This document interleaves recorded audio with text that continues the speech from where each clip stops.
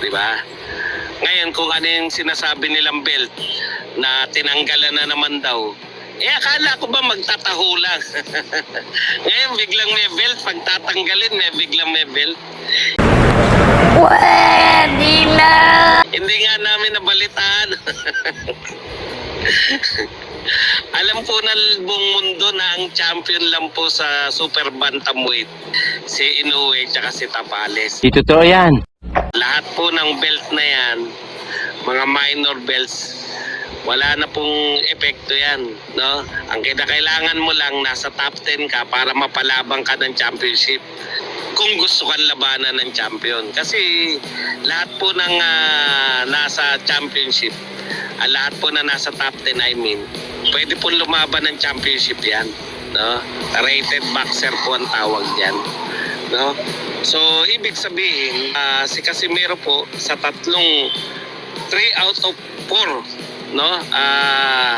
Award giving bodies. 3 out of 4 sanctioning bodies ng boxing ngayon, rated po siya. Pinakamataas po ang rating niya sa WBO. Lahat po ng iba na yan, no? Sa totoo lang po, lahat po ng rating sa iba, pare-pareho lang po yan lahat po ng mga ibang belt maliban po dyan, minor belts,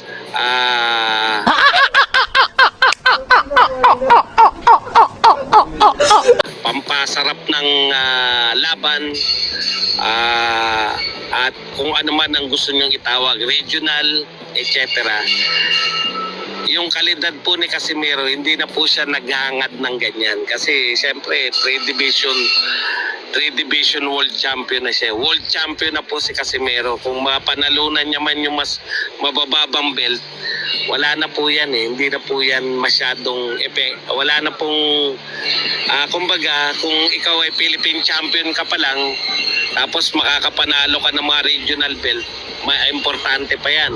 Diba? O PBF, o mga iba pang minor world title belt, may epekto pa yan sa iyo. Kasi ano ka pa lang Philippine champion ka pa lang.